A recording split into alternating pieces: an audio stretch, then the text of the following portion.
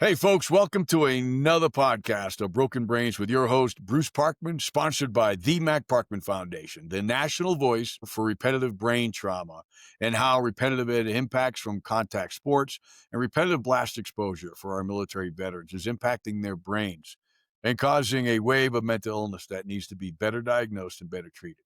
So on this podcast, we reach out to researchers and scientists, professional players, professional sportsmen, parents, advocates, and other people in this space because this issue is remarkably unknown by our medical community. The same community we trust our brains and our kids to has no idea that this exists.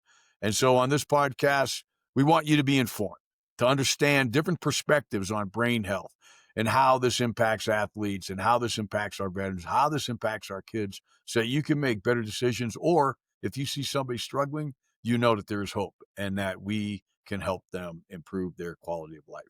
On this show today, two remarkable guests and good friends of mine. They host their own remarkable podcast called Head Rush Podcast. Highly encourage you to watch that. They just had Brett Favre on there. They bring on some amazing guests. I think we'll talk about that a little bit later. But let me talk about our two guests, Paul and Corey. Paul Frase and Corey Berry played at the top level of their sport. Paul played 11 years in the NFL, and Corey competed professionally for 9 years in the pro rodeo world in bareback riding. They both attained over 10,000 plus repeated hits, concussive hits, and concussions in their lifetime. Paul started out earlier playing football in high school at Spalding High, then went through college, Syracuse University, and professional football for the Jets, Jaguars, Green Bay Packers, and Baltimore Ravens as a defensive tackle and defensive end. So we're looking at 4 years of high school, 4 years of college, and 11 years of professional sports. He was part of the original testing for biomarkers for CTE at the Boston University, where he went through extensive neurological tests, MRIs, and psychological evaluations. He believes he is suspected to have CTE after all the testing and symptoms. And there's no doubt that you, like myself, are way on your way there. But that's why we have this podcast, so we can all talk about improvement. Corey Berry's rodeo career started at a very young age, getting on his first rough stock at the age of 8. Riding steers, no less. No ponies. Got to go to steers. He then moved up to bulls for a few years before finding his passion for riding bareback broncs. He got on his first bareback at age 14 and never stopped, rodeoing in numerous organizations and finally going pro in 1989. He retired from the sport in 1998 after sustaining a broken neck as well as suffering from cognitive issues.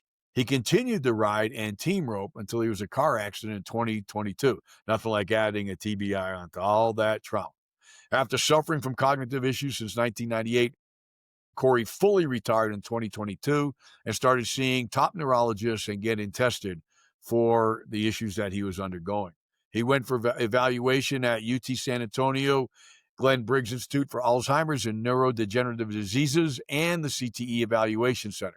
He was diagnosed with traumatic encephalopathy syndrome, TES, which we'll talk about later, which is the in vivo diagnosis for CTE, and probable CTE. Now this disease has brought them together. They started the Head Rush podcast to bring hope and awareness to this horrible disease and condition. Knowing that the medical world can be a struggle to navigate, they have been reaching out to top neurologists, medical research universities, neuroendocrinologists, psychiatrists, as well as other medical professionals to ensure that they have the top level of talent on their podcast as well to discuss the issues of repetitive brain trauma and how it's impacted them, the people they know, and their loved ones as well. Because we all have caretakers, and guess what? When we're the patient, sometimes our caretakers don't have the best amount of, they don't have the highest quality of life dealing with us old, angry men as well. And I have a wife as well that can talk about this. So anyways, guys, welcome to the podcast. Sorry for the technical problems. As an old Green Beret, I can't really get it together sometimes. Things that work don't work 30 minutes later for me. I don't know. But anyways, welcome to the podcast. It's so good to see your faces. It is incredible to be on, and you were talking about Corey riding bareback in Bronx. You're a Green Beret. You play do you still do the rugby thing, or you're not? Anyway, you both have screws loose. He gets on a freaking 1,300-pound animal, and you don't wear a helmet. So, but my helmet never helped me. So, anyway, No, it's thank you. we all know those helmets don't help anyways, man. But technically, I do not play rugby. I am the bagpiper for the Band of Brothers Rugby Club. We get together twice a year, but sometimes, man, you just got to run out there, and make a tackle, and get back there. But no, man, thank you guys for coming on. I know you're busy, man. How's the podcast going, man? You guys have had some amazing guests on that show, man. I'm so proud, and I'm happy for you both. Well, we need to make a splash because, Corey has been incredible. I'm one to sit back and say, no, we can't ask Dr. Gordon. He's really busy. And Corey will, call me the next day and say, hey, I just got Mark on the phone, and we're going to, he's going to come on with Mizell DeMayo and blah, blah. So, Right. Corey, I don't see Corey on the screen right now, but he's been incredible, and he does and I believe it was a post that came from you. Man, it's a powerful post. The CTE is the only neurological degenerative disease that's 100% preventable. Is that the one that you guys? I don't know if that's out there, but it is. I mean, it absolutely is. If we start talking about delaying exposure, reducing contact in practice, we're going to have a dinged up brain. I mean, you might have stage 1 or something, but now that we know what we know about brain science and brain health, I mean, we can absolutely, prevent the significant deterioration of our brains, of these brains. And with the treatments that we have now, we're seeing veterans come back in the NFL, players come back using a lot of modalities that we discuss on both our podcasts. But CTE, like I tell people, people don't die from CTE. Nobody's ever died from CTE. They've died from the mental illnesses that are caused by damage to their brain. CTE is a condition. You're going to have it. I'm going to have it. When they autopsy our brains, we're going to have CTE, whatever stage. We didn't, we're going to carry it as a condition, and we're doing things as individuals to treat it as well. I know that you and Corey are on your own path. I've been on mine. But yeah, I mean, Well, we'll wait for Corey to dive in, but I think it's absolutely true. I do think that CTE is absolutely. yeah, we just we're following your footsteps. We're following the ultimate the ultimate from the stop te.org. Yeah, stop it, Karen and man. Doug. Karen, we love Karen to death, man. That's Corey. How's it going, bros? Alrighty, I don't know what the heck happened, but I'm on my phone now, so Dude, man, Awesome. Paul was just bragging about you, bro. How you go out there and you wrangle all those guests like they're like ponies out there, and you rope them up and you bring them, you drag them into the podcast, man. All right. Yeah, I was saying, Corey, that I'm the one to step back and say, no, we gotta be on for a few more months before we get somebody like Mark Gordon. And I'm like, no, I just called him. He's ready to go. So I think Corey thank you. Corey could have been from New Jersey with that attitude, because they just don't care, man. They'll call up anybody, man. It's all good. But so from our audience's perspective, man, tell us, Corey, let's start with you, man. We don't meet a lot of rodeo folks, and we're starting to understand that it's not just football and soccer and rugby, but now these sports that have a lot of movement to the brain, jarring movements, BMX, skateboarding, our special boat unit members in the Navy that hit it, the F-18, the Top Gun people that hit the carrier. All this trauma is causing a lot of problems that we never even thought about, man. So tell us about, your career, man, and all the amazing, the stuff that you did that got you to a point where, you started understanding that you're having problems because of all the trauma. well, I started out actually, I think I got on my first sheep when I was about 3 or 4 years old. They call it mutton busted, and then moved into calves and then steers at 8, and then I went into riding bulls a little bit, and then I found my passion in bareback broncs, and plus I did wrestling, I did football, I did hockey one season, boxing. I was just love doing sports. And so, but when it got going on my career even more come high school, I just really regulated myself just to football and rodeo. I did boxing a little bit, did karate for a while and all of that. And then after that, I just went pro. Went to college for one semester on a scholarship. And after I'm an idiot by character. So I got my scholarship for rodeo, bareback broncs, and I also pulled my permit at the same time for pro. And I ended up winning money pro and decided, I'm going to be a millionaire in rodeo. I don't need college. So I left college and went on the rodeo road. And, rodeoed until 1998, met my wife, and I was having some mental issues. And so we called up Tandy Freeman, who's he's not head of the Justin Cowboy Crisis Fund, but he's the top dog doctor. Called him. He called UCSF, called me back, said, "Can you be at UCSF tomorrow morning at 9 a.m.?" And I said, "Yeah, it's about a 7-hour drive, but I can be there." Went down there, saw Dr. Jorgensen, who is the top neurologist down there at the time. And they ran a bunch of tests and stuff. And while they were doing x-rays, they found out I had a broken neck. And he thought that it looked like it's been broken for about a year and that it started to refuse in the wrong area. And also found cognitive nerve damage due to all my head hits. And so I went in, had a neck fusion done at the C6 and retired from rodeo after that, and then just went to being a truck driver and outside salesman. Wow, man. So that was a long, long, darn career. And you weren't even, I mean, were you aware as you got to the end? Well, let me table that one for, because there's a question for both of you. Paul, to our, panelists, to our audience, man, NFL, okay. I mean, you were both gladiators, right? You're both under the lights. You're both, on TV. Tell us about your NFL career. Obviously you played a lot of ball before you started, and you played in the league for quite a while, which, given the average career lengths for a lot of NFL players, is a blessing and sometimes a curse unto itself. So tell us a little bit about, your professional career and your encounters with subconcussive trauma. Well, I definitely I started playing high school football. That was the first time I ever played football, and I was kind of following my brother's footsteps. I had two older brothers, and they were good football players. And obviously, back then, we never thought anything about concussions. We never thought of anything about head trauma, TBI. It wasn't even a concern.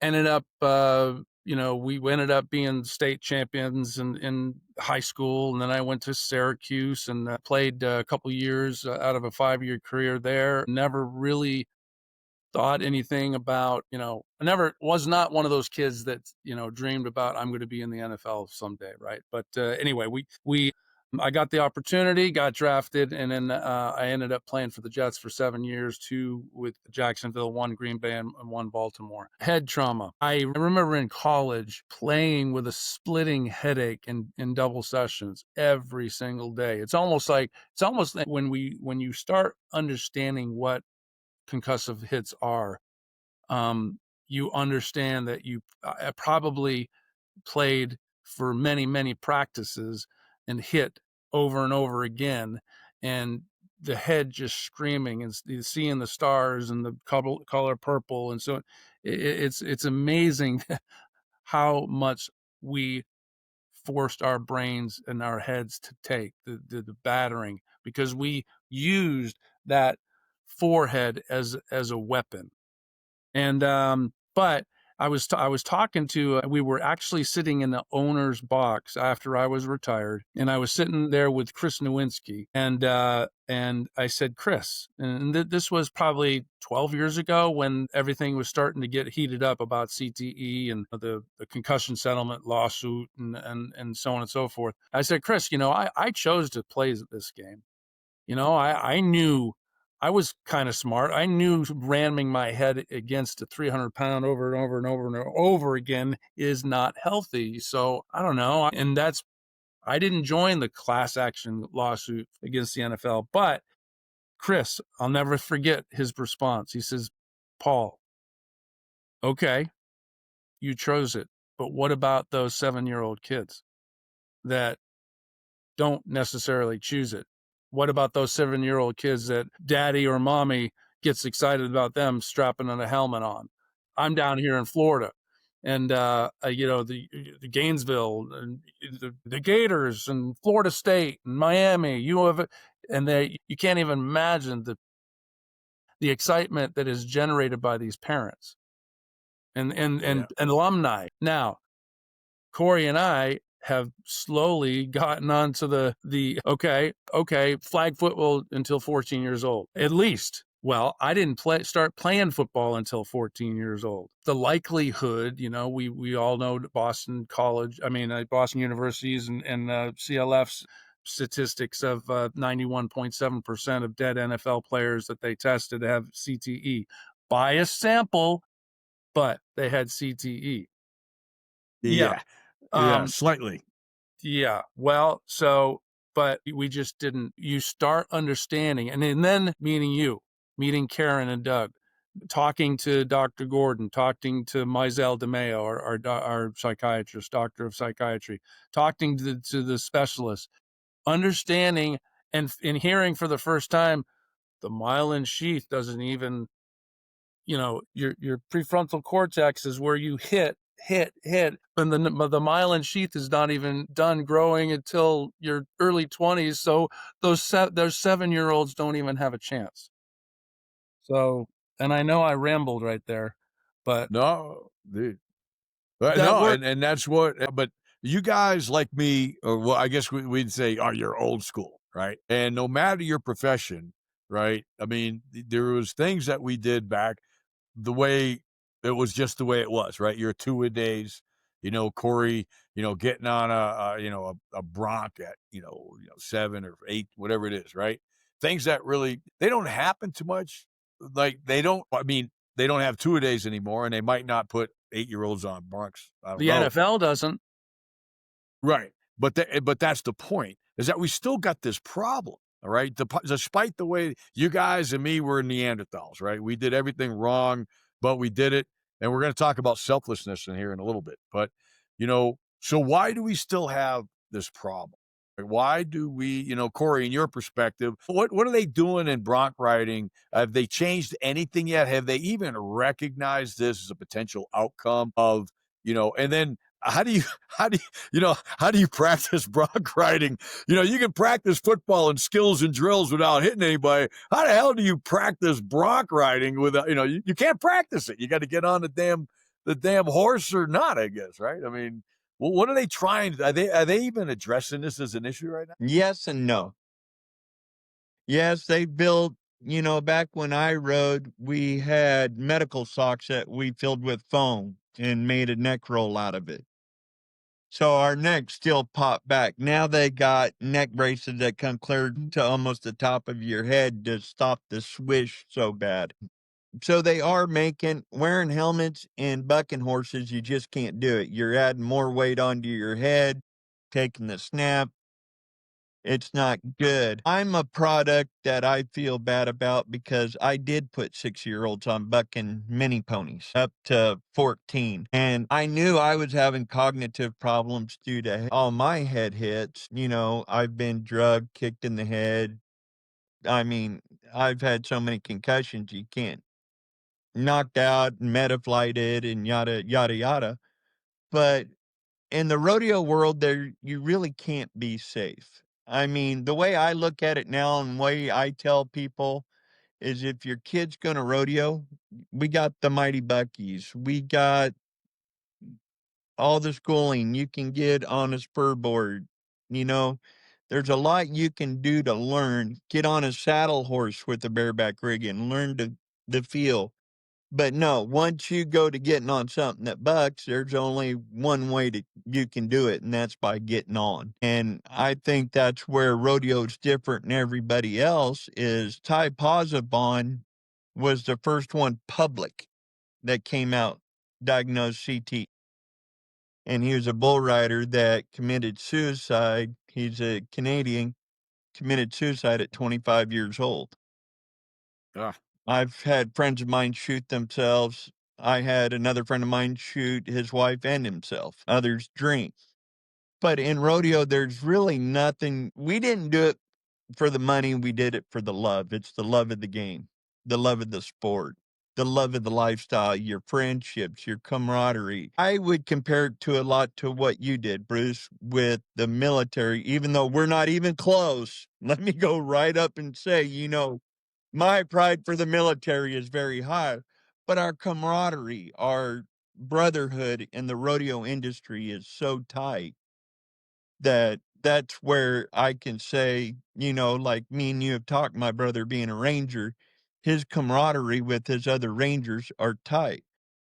But in and rodeo, you, no, I don't think that there's you can ever stop it. It's gonna happen. So what you do is, I say, let's get rid of the mini buckers until at least 14.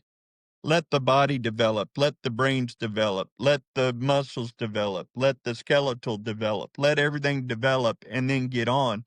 Because in reality, there's no safe age. You just heard it from Paul. He didn't start football until he was 14. and that's a very telling point. And I'll tell you, Corey, you bring up something that people say, why'd you do it? And why are we still going to do it? Why are men going to still join the army and women and do crazy things? Why are people going to play football and ride on bunks? And the thing is, they're going to do that because they're never going to match the love that they have on a team as a rider amongst your professional. I mean, that's what underlies everything that we're talking about. From people say, hey man, why'd you become a Green Beret? Well, I needed to prove to my dad that I was actually something other than he thought I was, which was basically worthless. But the other part of it is on an A team, bro, you are dialed in. You go to combat with these guys, you go on missions with these guys, and you learn to love each other and that was the first time I was an infantry guy. An infantryman, you're in, you have one or two close friends. On an A team, bro, you're tight. On my rugby teams, man, the love that we still have to this day. And I can only imagine what you guys dealt with in your respective areas were similarly so. And it was that love and that feeling and that loyalty that kept you going until you couldn't go no more. The issue that we have right now is that you guys are gladiators. Okay. You've given it all to the fans, to the people out there. And now, you know, there's consequences, and we've got to make the consequences right, which is we got to identify people. Both of you have talked to me about your struggles, like I've talked about my mental health issues to both of you, and we have all been or are still putting ourselves together, right? And but everything out there that can help us, it's not covered by insurance. It's not covered by, on my side, the VA, they don't TRICARE, don't touch it. I know that most of the insurance companies out there, but they are starting to move closer to some of the treatments that can help us all out. So I think for one part, you talked about, delaying exposure, Corey. Absolutely. I think that is critical to this. But the other part is making sure that we have a healthcare system that will support us after we're done. And whether it's funded by a league like the NFL, we all know that Rodeo doesn't have the money to be able to put together, you know, treatment support plans for all, the thousands and thousands of kids No. and men and women that have played that sport, right? It's just not going to happen. And we have to realize that, I said this the other day. I was at a very high ranking meeting of military commanders on brain health. Like, what are we going to do? And the military kept asking, is like, well, we have a problem, because if people know that hanging mortars, much like playing football and rodeo, if they know that this is, not good for their brains, then what are we going to do? It's going to happen in recruitment and all this. And I just stopped them all. And I say, can I say something? And they said, yeah. And this goes to the core, I think, of what Paul, you and Corey are promoting on your podcast. I said, when I got out of the military, I knew that there was going to be a price to pay when I joined. I knew jumping out of planes, blowing things up, getting, taking fragmentation in my face and lower back, osteoarthritis. I mean, I'm 38 and I have osteoarthritis in every joint in my body, but I think one wrist, right? But I did it because I loved the job and I knew the VA was going to be able to take care of me. Now the VA can't take care of this, but they're learning how to do it. And I do think that for our sports and activities, or, rodeo's a sport, right? You put it out there, right? What are we going to have in place when Paul and Corey get to the end of their career? That's based on the research and science that we're all, I mean, come on, you guys, you and me didn't know nothing about brain health 3 or 4 years ago, right? We didn't know, we never even heard of RHI, right? And here we are talking about research and science and change and all these things because we're on both sides of the equation. Corey, Paul, you guys have lost good friends, to torment and mental health issues from your particular areas of that you played in. I've lost, a lot of folks, and I'm aware of way too many others that have decided not to be here because of the amount of exposure they're taking. But I think, the point is we can change, all this and keep this moving, especially with the amazing, the amount of knowledge that's out there. So, Paul, moving over to you, I mean, where do you think we can go? I mean, we can talk about, football or the, contact sports or whatever. We know there's a lot of money there. We know there's a lot of resistance to people knowing what we know right here. Those three of us, what we know up here, there's kind of a lot of resistance out there, but yet I do think that we can make sports safer, way safer than they've been. I tell people all the time, do you know what's not in the brain bank at BU? They ain't no baseball players. They ain't no basketball players. They ain't no golfers. There's all these other sports you could play, but yet we can actually play football, right? The Corey, we'll get to your sport. I don't know if we can delay. We might have to start your sport at 25 or something, right? But but Paul, we can take the contact out of it. We can delay exposure. I think we just need to grow up as a society and understand that this macho shit that we've all been a part of in our lives, we need to tone this back and look at grace and with some love at our society and what can we do to protect our sports and for the future. What do you have to say? I think I heard from you a number of months ago, maybe a year and a half ago, the simple math of going from hitting 5 times a week down to 1 time a week, 80% reduction in repeated head impacts. The NFL has already started doing it, right? I mean, Yes, I think the Ivy Leagues were one of the first leagues to do it. I know Chris Nowinski was instrumental in they actually stopped playing or practicing with pads after the beginning of the season. I mean, that's simple. Those just reduce the number of the hits because we all know that CTE is a result from repeated impacts, repeated blast exposures. That's what causes CTE. So simple, reduction of contacts. The NFL needs to, and Corey and I were talking about, we talked about Brett, Karen Ziegel from Stop CTE or the Patrick Grisha Foundation for CTE awareness. She had us ask Brett Favre a question.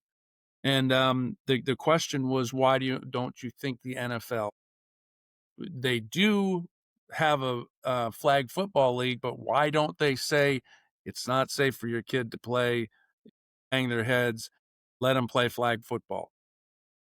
Brett was brave enough to say money. That's great, money. But the NFL, it's just you go to quiet explosions. Dr. Raymond talking to the Notre Dame killer, the Buster, that running back that ran the touchdown all the way back in the third quarter and turned the game around. They wrote a letter to Roger Goodell, never heard back from him. The NFL has the opportunity, exactly what you were saying to your point, Bruce. The NFL, if they started endorsing some of these modalities that we know scientifically are benefiting inflammation, reduction of inflammation, or benefiting neuroplasticity from the ibogaine or whatever. Right. If they teamed up and showed that they were taking care of their people, you're never gonna have professional wrestling Well, people come and want to be a professional wrestler. That's not good for your head. We know that. People want to play rugby. That's not good. It's not, those sports are not going away. If we could reduce the repeated head impacts, get the professional sports to come up alongside with the older guys, and just know that they're not going to leave us. The military, is that ever going to happen? Is the government going to take you under their arm and say, we're not going to leave you? Well, if they did, they probably would have record numbers applying. I don't know. No, but to your point, I mean, the government, I mean, the military right now does finally understand this problem. And I think, but it's just getting the VA, which is such an enormous organization, to get the same thing exists with you and Paul. I mean, with you and Corey in your world, is how do we get the insurance community, the medical care community to understand that this is an issue? That when we can make recommendations for Tommy to stop playing football at 12, since he's been there since 6 and he's starting to act out. We can absolutely make better decisions as coaches to take, because in the end, it's not about winning anymore. All right. Until you're getting paid for something, then it becomes about winning. Until then, it's about your childhood, your future. And that is, your success in life. And if we're going to impact that with, bareback riding and football, then we need to do it in a way that is going to be beneficial to this child. Because if they don't go Corey's route and they don't go pro, right, they still have to have a brain. They still have to have their sanity. They still have to be able to function as a normal adult. And that needs to be our priority. Because if Corey, I do believe, just like Paul, you guys showed I will just say, you just had what it's going to take to be a pro. And that is only in a few of God's children. You just don't go out there, jump on a goddamn horse with the only time I jumped on a horse and it had a saddle on, scared the crap out of me so bad that I got off and I punched it in the face and I broke my hand. I never will do that again. Horses have very hard heads. And that thing just looked at me and laughed, right? And I don't know how you do it. But you just can't. You either get on a horse and you can ride that puppy, and you can put on a helmet and you can play ball. And that's what I keep telling people, is you can't stop these folks from getting to being pro.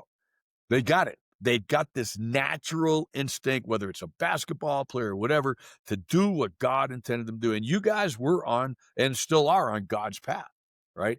But the issue is, what do we do now?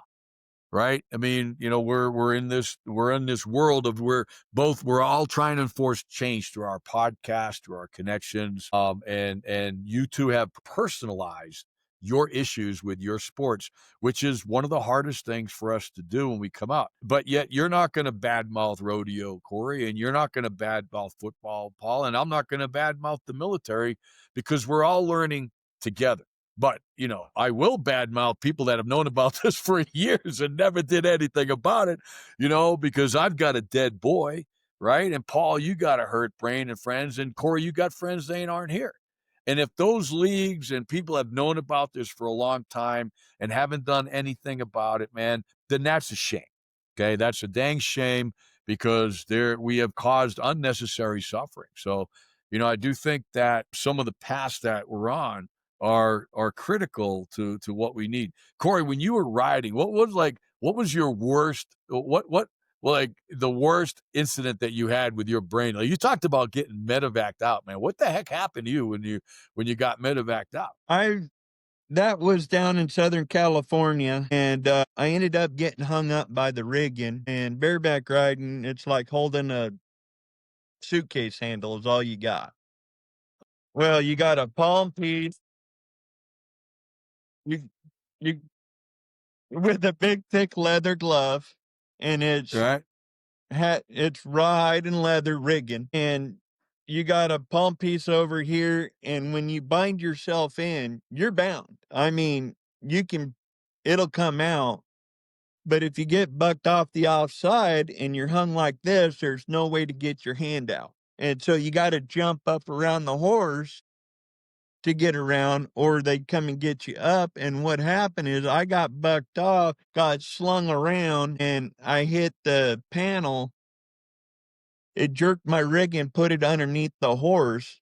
And so I was getting drugged and kicked and hit and tromped all over, and I was completely unconscious. And when I woke up, I was in a helicopter on my way to San Diego Hospital. And, you know, but for us, my big thing is, even when I talk to kids today, and I did it all my life, it's not a matter of getting hurt in rodeo. It's going to happen. It's a matter of how bad. I've Corey, seen people paralyzed. I've seen them die. I've seen massive injuries in rodeo. It's going to happen. So you just got to develop that to where the worst thing you can do is die in the arena. And what's wrong with that? Corey, how long after that trip to the hospital in San Diego did you ride again? 2 weeks. God. Yeah, That's what we do. Yeah, no, that's what everybody says. You did what? That's what we do, man. I mean, gosh, Well, I've been knocked out at noon. I remember getting knocked out at noon and riding again that night. It's back then it was getting your bell rung. We laughed and we joked about it. And what needs to happen is a culture change, Bruce. We need to change a culture. It's not Gladiator's been happening since God created Adam and Eve and the second man came on earth. Gladiator started happening. Brain damage really didn't come into effect until, what was it, 20s? I think is when the first one came about. So what has changed to make this men and warriors mental health? Is it the chemicals in the food, the processed foods? Is it that we hit harder, stronger? Is it, I don't know what it is, but we need to look at this as professionals in our three sports, you being a Green Beret, Paul being NFL, and me being rodeo, and go, what has changed to make this worse on us? Why is this happening more frequently and harder as it goes on? One, coaches get paid on how they win or they lose a game, period. It's not on how, if little Johnny gets a broken leg in practice, if they win Monday night, they don't care. So how do you go about, we need to change the culture. Like you said, Bruce, we need to change it to where winning isn't everything, but it damn sure is. I ain't going to send my military to war without saying, go win the war.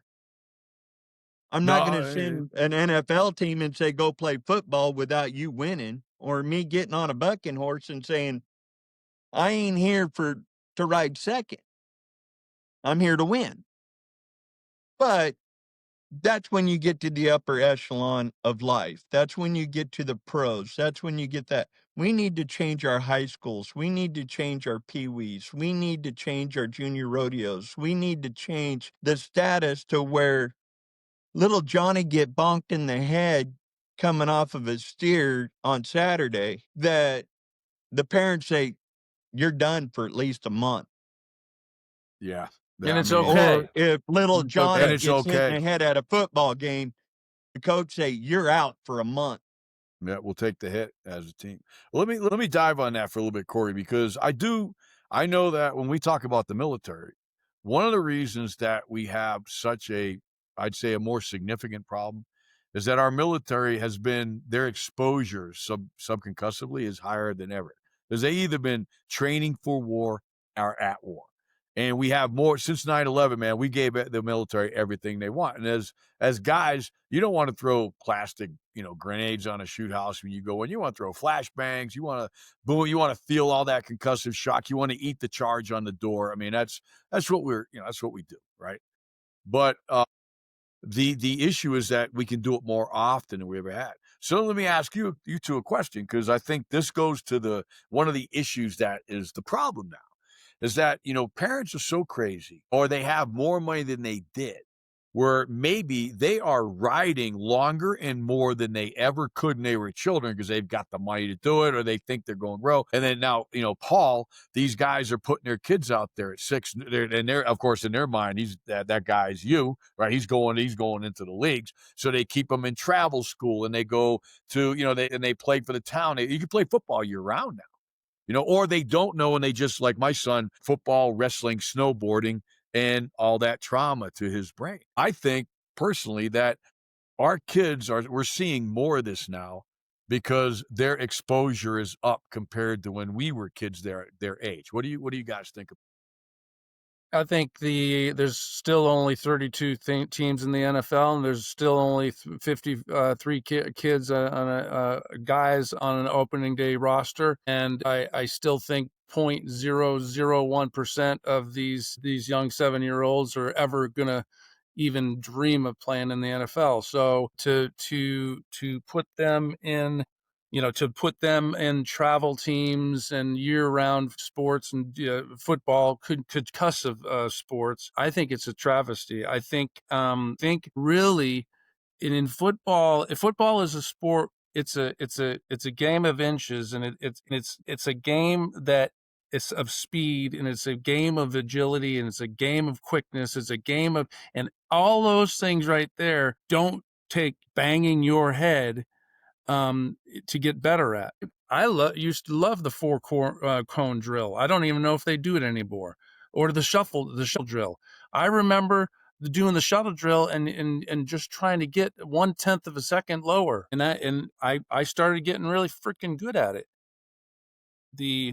You can do so much training to become a better athlete, the best you can be, and you don't have to do the concussive side of that sport constantly. Do you have to once in a while get in a goal line scrimmage, and you have to get tough, and you have to figure out how to get tough and make sure you're on all fours, and you just bury your face into the and the hut. But interestingly, I watched a lot of film when I could, and you can learn. It's the old adage of, if you shoot 3 throws in your mind, or you don't, or you practice shooting free throws. Sometimes, I mean, the statistics are, if you picture in your mind over and over and over and over again, you actually get better at the job. You hit more free throws than not thinking about 3 throws and then going up and throwing them. I was watching film, and I saw the center on the field goal. This is what he did just before he snapped the ball every single time. He moved his hand a half inch. And don't you think when I watched that, I watched that 2,000 times that week before Miami, and when he went this like that, I was past the guard, and the guard was still in his stance, the ball, and I got the ball, and the defensive back, coming off the quarter, picked it up and ran it in for a touchdown. Just from watching film. Watching film, yeah. I hadn't played against this guy for 3 years. I didn't watch the film 3 years before, but I watched it that week. Just boom. There's an added. There's a saying in rodeo, and it works with every sport, every competition, everything. Rodeo is 90% mental, 10% physical. Football is 90% mental, 10% physical. Military, I think special forces is 90% mental, 10% physical. If your body's trained to do it, muscle memory and everything comes into play. And that's why repeated over and over pays off. When I got on my spur board and I spurred, I got down like I was on a bronc every time. I muscle memory. I didn't say, oh, this is just practice, just do this. No, I put my glove on, I cranked it in, I did everything you need to do, A through Z. Why are we beating ourselves up so much if it's 90% mental and 10% physical? Let's get the mind right, quit on the beating. I had a kid, and I'm going to say this, in the mini barebacks. He was, I think he was 6. Came and got on one of my rodeos, and he had to get on a little bit bigger of a pony than what I normally put him on, and he went off the back, hit his head, and got a little concussion. His dad came unglued. The horse was too big. Then he tells me his son got a concussion the week before at another rodeo that I did not know about. Dude. Are you flipping kidding me? Yeah. This is where it needs to change. And I went off on him like there was no tomorrow and said, "You're the biggest moron known to mankind." I had a friend of mine's kid at baseball practice. You saying it doesn't happen in baseball? They were practice swinging the bat and they were in line. He got hit in the head by a baseball bat. Mm-hmm. Well, I'm He not was saying at dorm. concussions don't happen. I'm just saying Right. repetitive concussions don't happen. Yeah, Right. good. And he was in Dornbeckers for 6 months and took over a year to recoup from it. This is what's going on, is we need to change the culture. And that's what it is mama bears are a little bit more protective than daddy bears. I mean, I don't know about that. I don't know about but that. I'm in Texas also, Not and in let me tell Florida. you, here in Texas, Dude. it comes as Yeah. God and football. And them Yeah. mama Florida's bears, not far behind, bro, man. Florida's not far behind. and them mama bears are at every Friday night football game. They're at everything. They dress up. They're all about it. And you talk to some of them, man, my son's going to get a D1 scholarship, Oh, yeah. you know. But you know what? I'm proud of you if he does. You know, not very many D1 scholarships out there. There's limited amount of colleges, you know, but if you want little Johnny to get that D1 scholarship, how about when he gets that concussion, you take him out for a month, or you get him checked until the symptoms go away and you keep getting him checked, put him on fish oils to begin with. Paul was right there when my sister-in-law showed up, and I think it was her niece or something that had, or her friend had 2 kids that were getting ready to start football at a young age. They were going to play football. We told them flag. They said football. Me and Paul immediately said, get on some fish oil. Get his brain checked before he plays, so you got records.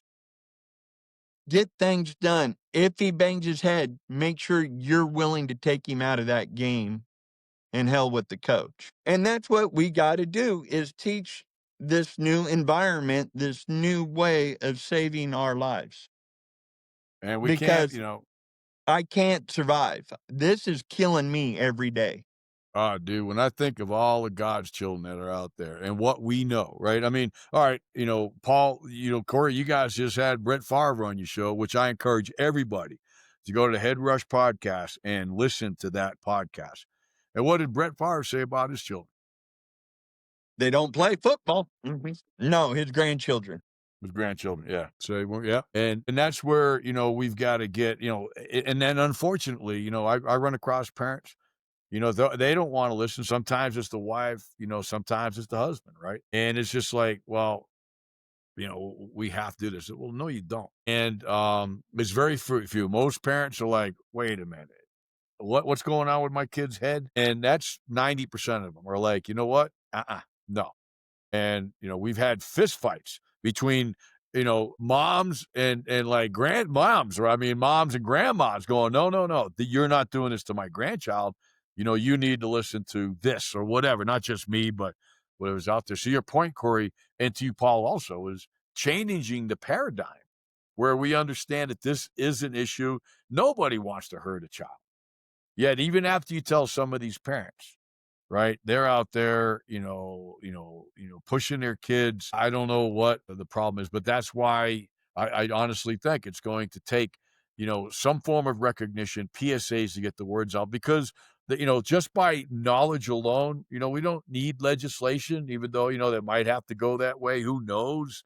But just through the awareness that you guys are helping to bring out there on this issue, more and more parents are going, no, We're either going to play a different sport or you can wait till you're 14. There's so many NFL players like yourself. Brady didn't start till 14. I mean, I was talking to a guy who was on our call, Mr. IG. He's on the Dallas practice squad. His team in college won, I think they were Division III maybe or two something, right? But they won in 5 years 4 national championships, and they never practiced tackling at all. Their coach was some kind of billionaire that made all kinds of money. He's like, nah, you're going to need this. Right now in my business world, I'm coming across guys from Stanford and Harvard that played ball but started late. And these guys are investment gurus, man. They're managing money. I mean, they are so sharp. But they prioritized their education, and they enjoyed football, but they didn't go to college to play football. Football was a path for them, and they ended up in the NFL. Both of them, right? They ended up in the NFL. They did good.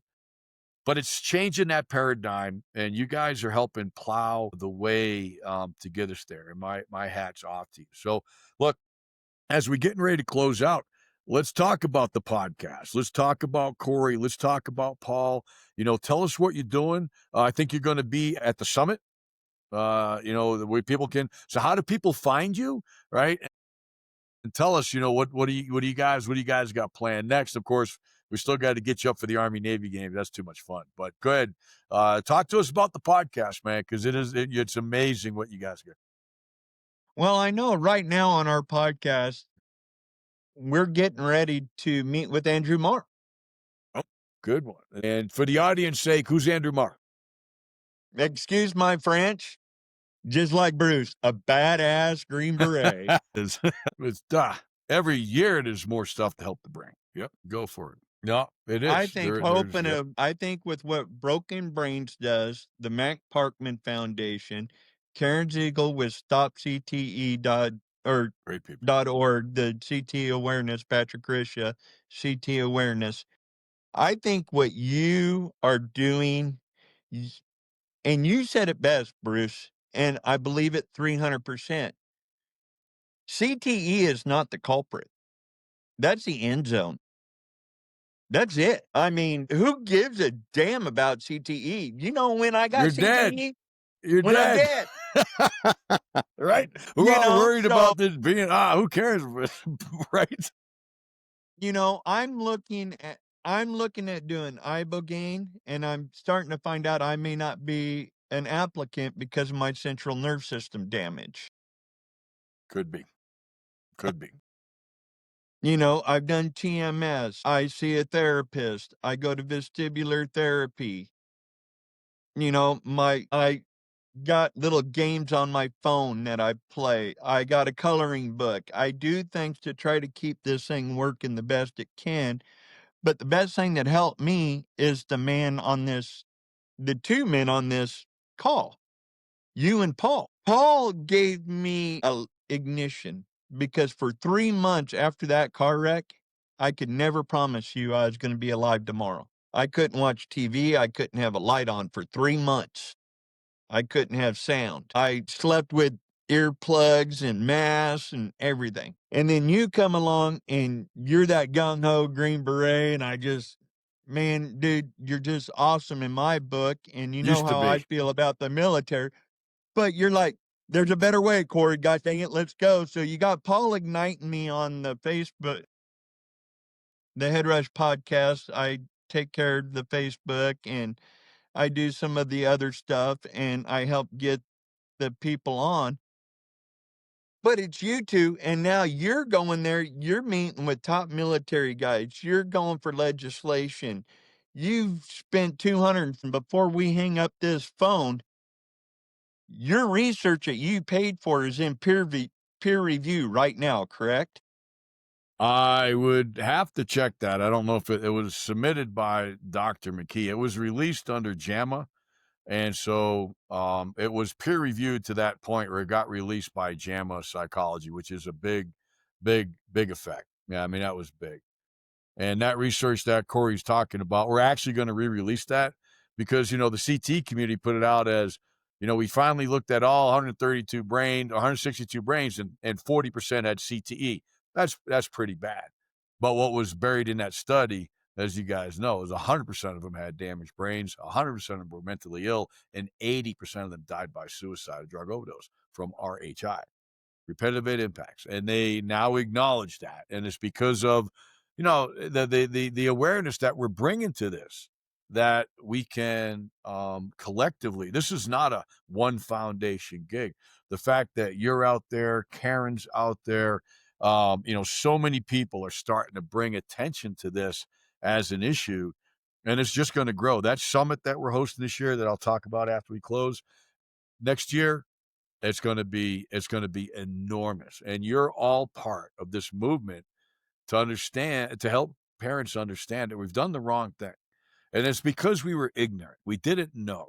Nobody jumps on a buck. Nobody puts kids in football. Nobody does anything to harm children knowingly to do that. All right. And now we've got to get people to say, look, there's a different way to approach this business that prioritizes our children and their futures as NFL players, as rodeo professionals, as military and rugby players, so they can have the rest of their lives.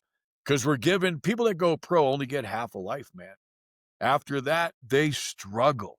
And a lot of these, if you're a professional wrestler, professional rugby player, professional football player, professional rodeo guy, and we look at the suicide rates, I don't care what anybody says, because you got all these crazy doctors say, well, they're no higher than the average, of this or whatever. I'm like, you can make data do whatever you want, bro, because I'm in the data business by day. Okay, that's what I do. But the issue is that people that have dedicated their life, sometimes to their country, when we have a lot of these issues that we don't know happen, or to a sport, the rest of their life, we're retiring in our 30s. You cannot be a professional athlete much longer than 30, maybe 40. You can't stay in the Army really past 40, and do your job. If you're a sergeant major, you could be a fat ass guy drinking coffee and tell your war stories. Okay, you're in management, but you're not humping the ruck, jumping out of planes. Very few guys do that. So what do you do from 40 to 80, 40 to 70? And we're taking away the futures of dads and grandparents, and we don't need to do that. And we're all that age right now where we understand this. So, man, I really appreciate you guys coming on the call, being part of the fight, carrying that awareness beacon going. I mean, you got an amazing podcast out there. You're bringing in some rock star guests, and I think that's amazing. Says a lot about both of you. Or, Paul, it's your questions and Corey's tenacity. However that works, it's working. So keep driving on. But I honestly wish you both all the peace and joy as you move forward. And I thank you for coming on the show. Doing a great job. Thank you so much, Bruce, and thank you for your service again. And Scott, thank you for your service. Denny, if you're still on, thank you for your service.